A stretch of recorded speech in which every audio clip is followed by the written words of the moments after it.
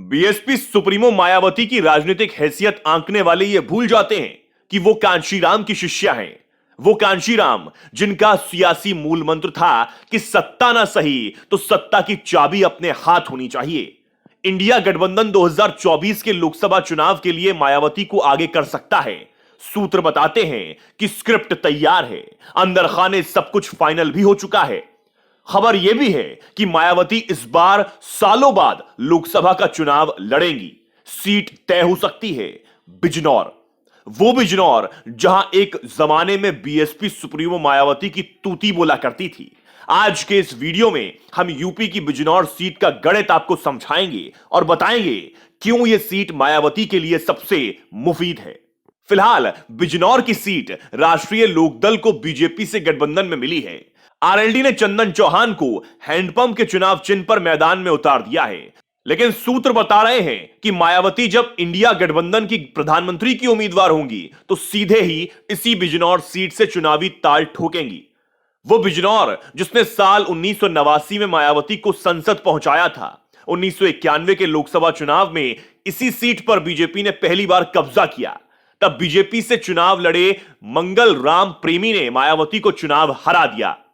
इसके बाद मायावती बिजनौर से चुनाव नहीं लड़ी, लेकिन बाद के चुनावों में बिजनौर लोकसभा सियासत की प्रयोगशाला बनती रही। 1996 के लोकसभा चुनाव में बीजेपी का कब्जा यहां रहा। बीजेपी से मंगल राम प्रेमी चुनाव लड़े और उन्होंने सपा के सतीश कुमार को चुनाव हरा दिया। 1998 में लोकसभा चुनाव में इस सीट पर पहली बार सपा ने परचम लहराया। सपा की ओमवती ने बीजेपी के मंगल राम प्रेमी को शिकस्त दी।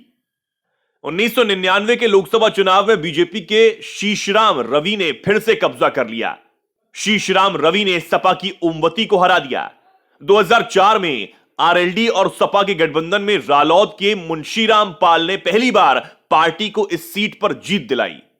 मुंशीराम पाल ने बसपा के घनश्याम चंद खरवाल को हरा दिया। बिजनौर लोकसभा का परिसीमन साल 2009 में बदल गया। अब इस लोकसभा में बिजनौर, चांदपुर, पुरकाजी, मीरापुर, हस्तिनापुर विधानसभा सीट शामिल हो गई है। नए परिसीमन के बाद हुए साल 2009 के चुनाव में बीजेपी और रालोद का गठबंधन हुआ। इस चुनाव में रालोद के संजय सिंह चौहान ने बसपा के शाहिद सिद्दीकी को चुनाव में हरा दिया। 2014 के चुनाव में मोदी लहर में बीजेपी ने फिर से बिजनौर सीट पर कब्जा जमाया। बीजेपी के भारतेंद्र सिंह पहली बार सांसद बने। उन्होंने सपा के शहनवाज राणा को चुनाव में पटकनी दी। 2019 के चुनाव में यहां बीजेपी को हार का सामना करना पड़ा और बसपा से मलूक नागर चुनाव जीते।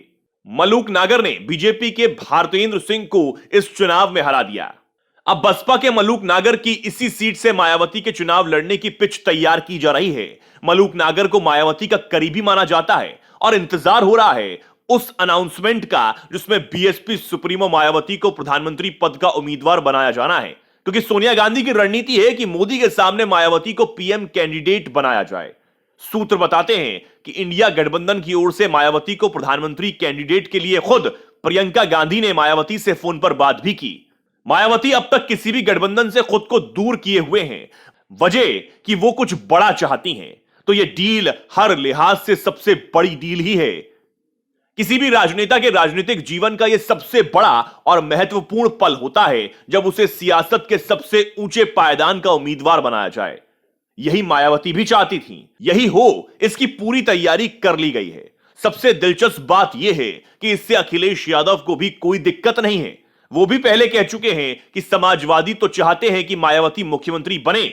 बहुजन समाज पार्टी ने 2019 में समाजवादी पार्टी के 5 सीटों के मुकाबले 10 सीटें जीतकर भी 2024 के लिए रहस्यमय चुप्पी बना रखी है।